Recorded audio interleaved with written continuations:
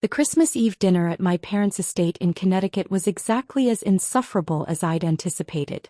Crystal chandeliers cast expensive light over a table set with china that cost more than most people's cars. My family sat around it like a board of directors evaluating quarterly performance, except the only thing being evaluated was me.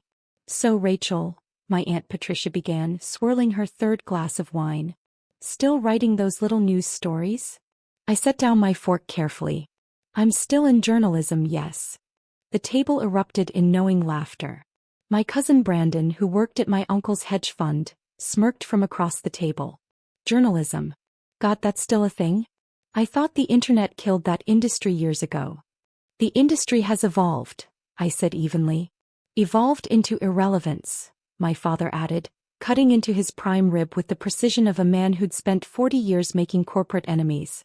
"Nobody reads news anymore. It's all social media and influencers now. When are you going to accept that you picked a dying field?" My mother patted my hand sympathetically, which somehow felt worse than the criticism. "We just worry about you, darling. You're 34. Still renting that little apartment in the city. No husband, no children. And now this career that's going nowhere." "My career is fine, Mom." "Fine," my sister Victoria scoffed. She was 2 years younger and worked in luxury real estate, selling penthouses to the kind of people who appeared in the society pages she assumed I'd never make it into. "Fine is what people say when they're settling. I closed a $20 million sale last week. Brandon's fund just raised $3 billion in new capital. Cousin James is launching his third startup. What have you done this year besides write articles nobody reads?" "I've been working on a project."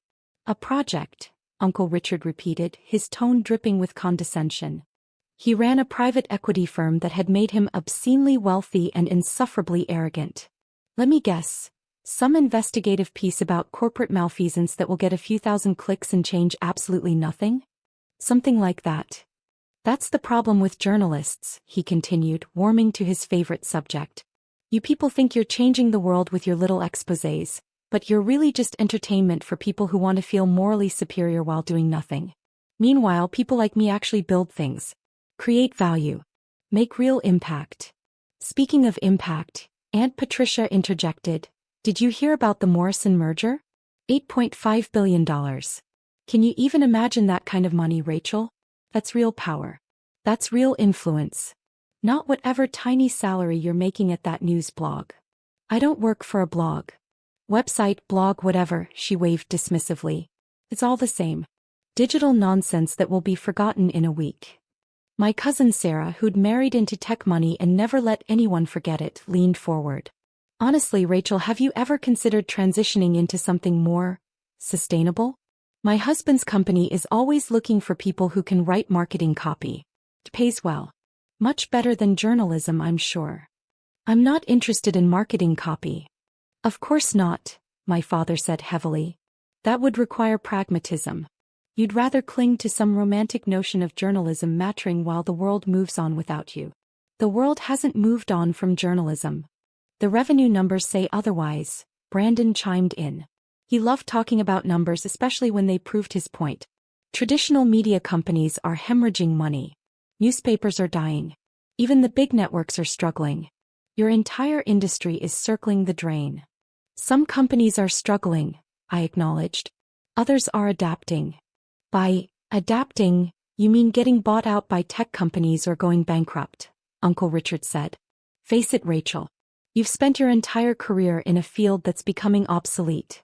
The smart money got out years ago." "I'm not looking to follow the smart money." "Obviously," Victoria muttered. "You're still renting." My mother sighed. "We bought Victoria her condo, as a gift for making partner at her firm. We'd happily do the same for you, Rachel, if you'd just settle down, find a nice man. Maybe consider a more stable career." "I have a stable career." "Darling, be realistic," my father said. "You're a writer at a news organization that probably pays you, what, $60,000 a year? Maybe 70 if you're lucky? That's barely enough to live on in New York. Meanwhile, your sister is making 6 figures, your cousins are making 7. Even your younger brother is out-earning you, and he just graduated business school." My brother Marcus grinned from his seat beside Victoria. At 26, he just accepted a position at Goldman Sachs and couldn't stop talking about his signing bonus. No offense, Rach, but yeah. My starting salary is probably double what you're making after a decade in journalism. Maybe it's time to admit you made the wrong career choice. I didn't make the wrong choice. Then why are you still struggling? Aunt Patricia asked, and she actually sounded curious rather than cruel. If journalism is such a viable career, why aren't you successful? Where are your accolades? Your promotions? Your big scoops that change everything? Some work takes time. Time, Uncle Richard laughed. That's what unsuccessful people say when they're afraid to admit they've failed. You've had time, Rachel. You've had over a decade. What do you have to show for it? I could have told them. I could have explained that I'd spent the last 18 months orchestrating the largest media acquisition in modern history. That I'd been working under an NDA so ironclad that even my lawyer had to sign a separate NDA just to review it. That the little news stories I'd been writing were actually strategic pieces designed to shift public perception and market positioning ahead of the announcement. I could have mentioned that the name on the acquisition paperwork wasn't Rachel Chin, struggling journalist. It was R.C. Morrison, the pseudonymous founder and CEO of Morrison Media Group, a company that had quietly built a portfolio of digital properties, international news bureaus and content platforms over the past 8 years. I could have told them that the $8.5 billion acquisition Aunt Patricia mentioned wasn't just something I'd heard about. It was something I'd executed. But I didn't. I never did. I have my work, I said simply. That's enough for me. It shouldn't be, my mother said sadly. You're wasting your life, darling. You're wasting your potential. Your mother's right, my father added. You were top of your class at Columbia. You could have gone into law, finance, consulting, any field where your intelligence would actually translate into success. Instead, you chose journalism. Why? Because I believe in it. The table went quiet for a moment and then they laughed. Not cruel laughter exactly. More like the indulgent chuckling of adults watching a child insist that Santa Claus is real. You believe in it, Brandon repeated. That's adorable. Really. But belief doesn't pay the bills. Belief doesn't build wealth, Uncle Richard agreed. Belief doesn't get you into the circles that matter, Victoria added.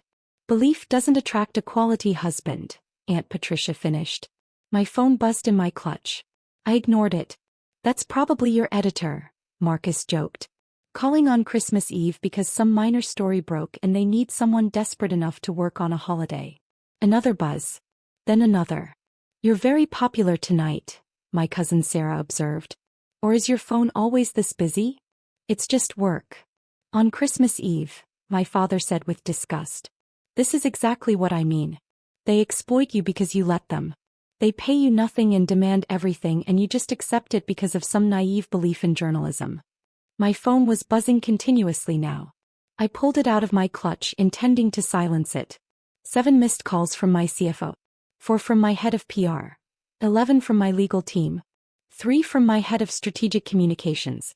And 1 text from James Rothschild, the CEO of the network consortium we just acquired. It's out. Wall Street Journal broke early.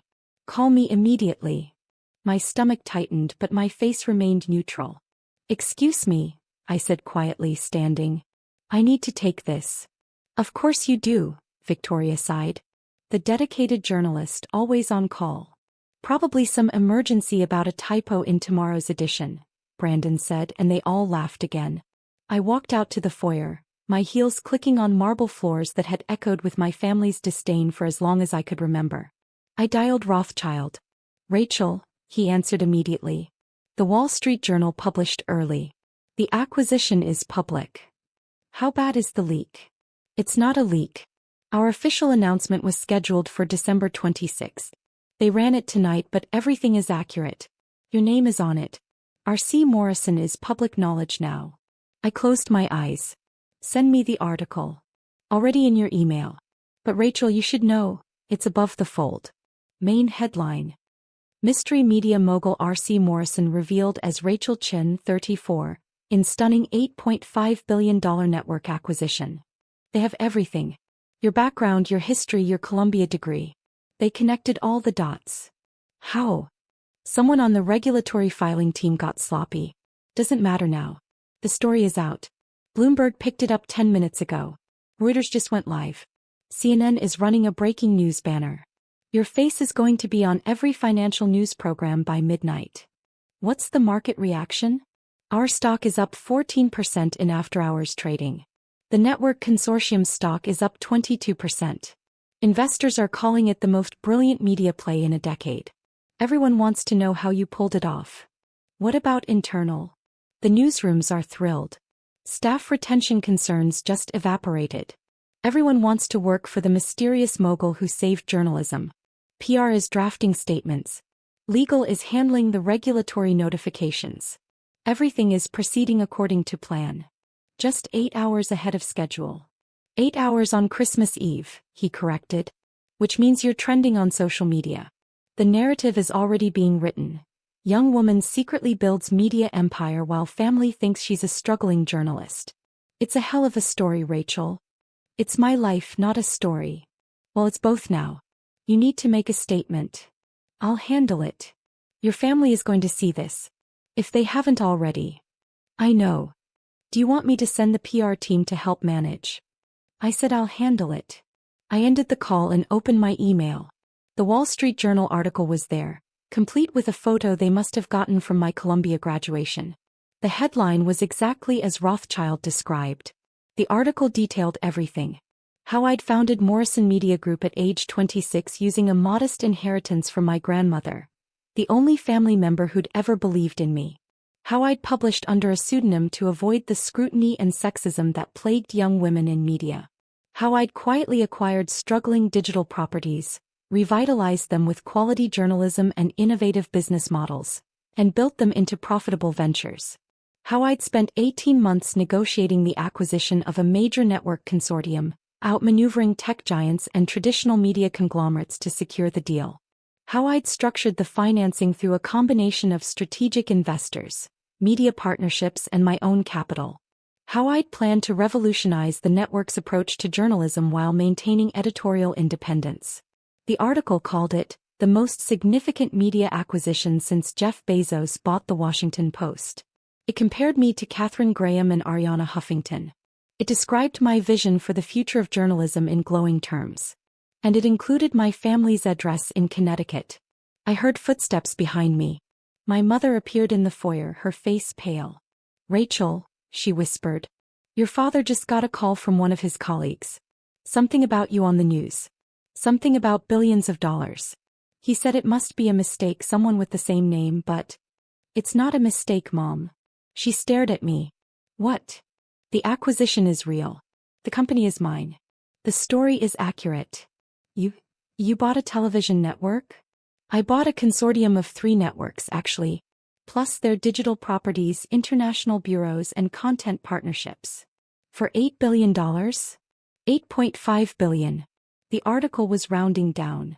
My father appeared, his phone in his hand, his face red. Rachel, what the hell is going on? Richard just texted me a Bloomberg article with your name on it. Something about you being a CEO? I am a CEO. I have been for 8 years. 8 years, he repeated slowly. You've been running a company for 8 years and never mentioned it? I've been building a media empire while you all assumed I was a failure. Yes. Victoria emerged from the dining room, her own phone glowing in her hand. This can't be real. You can't be R.C. Morrison. That person is a genius. Billionaire. You're just a news writer? I finished quietly. That's what Aunt Patricia called me about an hour ago. More family members poured into the foyer now, all clutching phones, all wearing expressions of shock. Uncle Richard's face had gone from red to purple. Brandon looked like someone had hit him with a brick. You're R.C. Morrison, Uncle Richard said, his voice strangled. The R.C. Morrison who's been acquiring media properties across 3 continents? Yes. The one who turned around the Tribune network in 18 months? 22 months actually, but yes. The one whose worth, he consulted his phone, according to Forbes, north of $3 billion? Forbes is estimating based on partial information. The actual number is higher. Silence. Complete total silence. My cousin Sarah broke it first, her voice small. You let us mock you. For years. You sat there and let us talk about your failed career while you were secretly a billionaire. I wasn't secretly anything. I was working. You all just assumed that because I didn't brag about it, there was nothing to brag about. You could have told us, my mother said, tears in her eyes. You could have said something. Anything. Why? So you could take credit? So you could tell your friends that your daughter was successful? You spent years telling me I was a disappointment. That I'd made wrong choices. That I was wasting my life. Why would I share my success with people who never believed in me? We're your family, my father said, but his voice had lost its authority. You treated me like a failure. Every holiday, every family gathering, every phone call. You compared me to Victoria, to Brandon, to Marcus. You found me lacking. You pitted me. We didn't understand, Victoria whispered. You didn't try to understand. You assumed. You judged. You mocked. Aunt Patricia had gone very quiet. The dinner conversation, she said slowly. When I asked about the Morrison merger. You'd done it. And you sat there and let me patronize you about real power and real influence. You were explaining my own acquisition to me. It seemed educational to hear your perspective. This is insane, Brandon said, running his hands through his hair. You've been sitting on a $3 billion fortune and living in a rental apartment? I like my apartment. It's close to my office. Your office, Marcus repeated. Where is your office? I have several. Primary headquarters is in Manhattan. International offices in London, Singapore, and Sao Paulo. The network consortium headquarters is in Los Angeles, but I'll be spending more time there now that the acquisition is public. $3 billion, Uncle Richard said again as if he couldn't quite process it. You're worth more than my entire fund. $4.2 billion actually after tonight's stock movement. Your fund is worth about $2.8 billion according to the last valuation I saw. So yes, I'm worth more. He looked like he might be sick. Why didn't you tell us? My mother asked again. Why did you let us think you were struggling? I wasn't struggling. You assumed I was struggling because I didn't live the way you expected me to. I didn't buy a mansion or drive a luxury car or marry rich. I invested in my company. My vision. In the work. But we could have helped, she insisted. We could have supported you. We could have. You could have believed in me, I interrupted. You could have respected my choices. You could have trusted that I knew what I was doing. But you didn't. You spent a decade assuming I was a failure because I didn't succeed on your terms. My phone was ringing again. I glanced at it. My head of communications. I need to take this. I have a company to run and a media storm to manage. Rachel, wait, my father said. We need to talk about this. We need to understand what happens now. Now I go back to work. I've got 3 networks to restructure, 2,000 employees counting on me, and a vision for the future of journalism to implement. What you do now is up to you. You can't just leave, Victoria protested. This is huge. This changes everything. It doesn't change anything for me. I'm the same person I was an hour ago. You're the ones who are different now. You're the ones whose perception has shifted. Of course our perception has shifted, Uncle Richard snapped, some of his old arrogance returning. We thought you were nobody. Turns out you're one of the most powerful people in media. That's a significant update. And there it is, I said quietly. When you thought I was nobody, I wasn't worth respecting. Now that you know I'm powerful, suddenly I matter. That tells me everything I need to know about this family. That's not fair, my mother said. Isn't it? Aunt Patricia literally said that journalism was dead and I was writing little news stories that nobody reads. Now she knows I own 3 major networks and she's what, impressed? Should I be grateful for her approval now that it's based on my bank account instead of my character? You're being cruel, my sister said. I'm being honest. Something this family has never been good at. I answered my phone. Chin. Rachel, it's Amanda, my head of communications said urgently. We need a statement. The networks want interviews. CNN, Bloomberg, CNBC, everyone. They want you live tomorrow morning. I'll do one statement. Written. No interviews until after New Year's. They're going to push back hard. Let them. I've spent 8 years building this company in private. They can wait 1 more week for me to talk about it publicly. What about the narrative? Everyone's running different angles. Some are focused on your age, some on your gender, some on the pseudonym, some on the family angle. The family angle? Someone already pulled property records for your parents' address. They know you were at a family Christmas party when the story broke. The optics of the struggling journalist secretly being a billionaire while her wealthy family condescends to her it's a very compelling narrative. I looked at my family, still frozen in the foyer, all staring at me with expressions ranging from shock to confusion to calculation. The family angle is off limits, I said firmly. Make that clear to everyone. My family is not part of this story. Rachel, with respect, they made themselves part of the story the moment they... Amanda. The family is off limits. I'll give one statement about the acquisition, my vision for the networks and my plans moving forward. Nothing personal. Nothing about my background beyond what's already public. And definitely nothing about my family. Understood. I'll draft something and send it within the hour. Make it 30 minutes. I want this controlled before the morning shows start building their own narratives. I ended the call and looked at my family again. You're protecting us, my father said slowly. After everything we said tonight, you're keeping us out of the media narrative. I'm protecting my company. A messy family drama doesn't serve the mission. What is the mission? Marcus asked. He sounded genuinely curious. To prove that quality journalism can be profitable. That integrity and innovation can coexist. That the written word still matters in a digital age. That stories can change the world if they're told right. That's what you've been doing all along, my mother said softly. That's what you meant when you said you believed in it. Yes. We should have believed in you, she whispered. Yes, you should have. Another silence fell, this one heavier than the last. Uncle Richard cleared his throat. I owe you an apology. What I said at dinner about journalists not creating real value, about your industry being obsolete. You meant it, I said. Don't apologize for meaning it. Just recognize that you were wrong. I was wrong, he admitted. Spectacularly wrong. We all were, Victoria added. I'm sorry, Rachel. I'm sorry for how I treated you. For how we all treated you. Sorry doesn't erase a decade of condescension. No, my father agreed. It doesn't. But maybe it's a start. I studied him. This man who'd questioned every choice I'd made.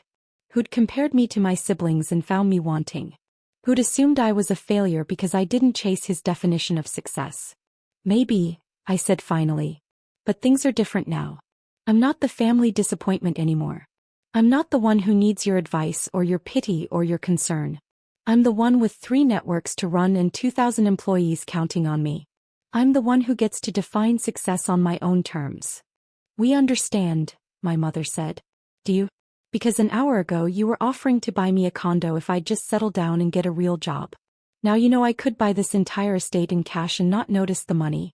Does that change how you see me? Or does it just change how you see my value? She didn't answer.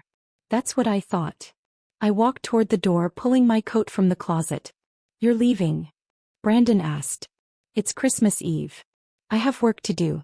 A statement to approve. A company to manage. A media empire to run. Will you come back? My mother asked quietly. For Christmas Day? I paused at the door. I don't know, Mom. I've spent a decade coming to these gatherings and being made to feel small.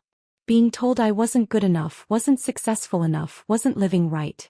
Do you know how exhausting that is? We didn't mean. You did mean it. That's the problem. You meant every word. You believed I was a failure. You pitied me. And now that you know the truth, you want me to pretend none of that matters. We want a chance to make it right, my father said. You had chances. Every time I tried to talk about my work and you dismissed it. Every time I said I was happy and you told me I was settling. Every time I asked you to trust me and you assumed you knew better. We were wrong, Victoria said. We were so wrong. Please, Rachel, don't shut us out. I looked at my sister. At this woman who'd spent years positioning herself as the successful one, the practical one, the one who'd made smart choices. Who'd sold penthouses and felt superior to my journalism career. I'm not shutting you out, I said finally. But I'm not going to pretend this didn't happen. I'm not going to make you comfortable with your own behavior. You spent years making assumptions about my life. Now you get to live with the reality. Which is? Uncle Richard asked. That the person you all pitied is now the most powerful media executive in the room. That the career you mocked is now shaping national conversations. That the choices you question built something that will outlast all of your hedge funds and real estate deals and corporate positions. You're right, he said quietly. You're absolutely right. I know I am. I've always known I was right. I just stopped needing you to know it too. I opened the door. Cold December air rushed in, carrying the scent of snow and possibility. Rachel, my mother called. Please. Just tell us one thing. What? Are you happy? With everything you've built, everything you've accomplished. Are you happy? I considered the question. Thought about my company, my vision, my work. Thought about the 2,000 journalists who'd just gained job security because of my acquisition. Thought about the stories that would be told, the truths that would be uncovered, the difference that quality journalism could make. Yes, I said simply. I'm happy. I'm exactly where I want to be, doing exactly what I'm meant to do. The only thing that would have made it better is if my family had believed in me along the way. We believe in you now, my father said. Now that you have proof. Now that the evidence is undeniable. Now that my success is public and verified and impossible to dismiss. That's not belief, Dad. That's just acceptance of facts. I walked out into the cold Connecticut night, leaving my family standing in the warm glow of their expensive foyer. My phone was already ringing again. Investors, board members, journalists, all wanting a piece of the story. But the real story wasn't about the acquisition or the money or the power. The real story was simpler than that. I'd spent a decade building something that mattered while the people who should have supported me assumed I was failing. I'd proved them wrong without ever needing their validation. And now, walking away from their shock and their apologies and their sudden respect, I felt lighter than I had in years. Epilogue. The official announcement went out at midnight. My statement was brief, professional, and focused entirely on the vision for the newly acquired networks. I didn't mention my family. I didn't mention the years of doubt or dismissal. I just talked about journalism, integrity, and the future. By morning, I was on the cover of every major business publication. The mystery mogul revolutionizing media. Rachel Chen's brilliant gambit. How one woman saved journalism while everyone thought she was failing. My mother called 17 times. I didn't answer. My father sent an email titled, "We need to talk." I archived it. Victoria left a voicemail saying she was proud of me. I deleted it without listening all the way through. But my grandmother's voice, the one I kept in my head from all those years ago when she'd given me that inheritance and told me to do something that mattered, that voice was loud and clear. Show them what belief looks like, she'd said. Show them that success isn't about their approval. I'd shown them. And it felt perfect. 6 months later, the networks I'd acquired were profitable for the first time in 4 years. 18 months after that, we won our first Pulitzer for investigative journalism. My family eventually accepted that I wasn't going to pretend Christmas Eve never happened. We had a tentative relationship now. Polite, professional, distant. They'd learned to respect my work. I'd learned that some wounds don't heal just because the facts change. But none of that mattered as much as the work itself. Because while my family had been laughing at my little news stories, I'd been building something that would outlast all of their assumptions. And that, in the end, was the best revenge of all.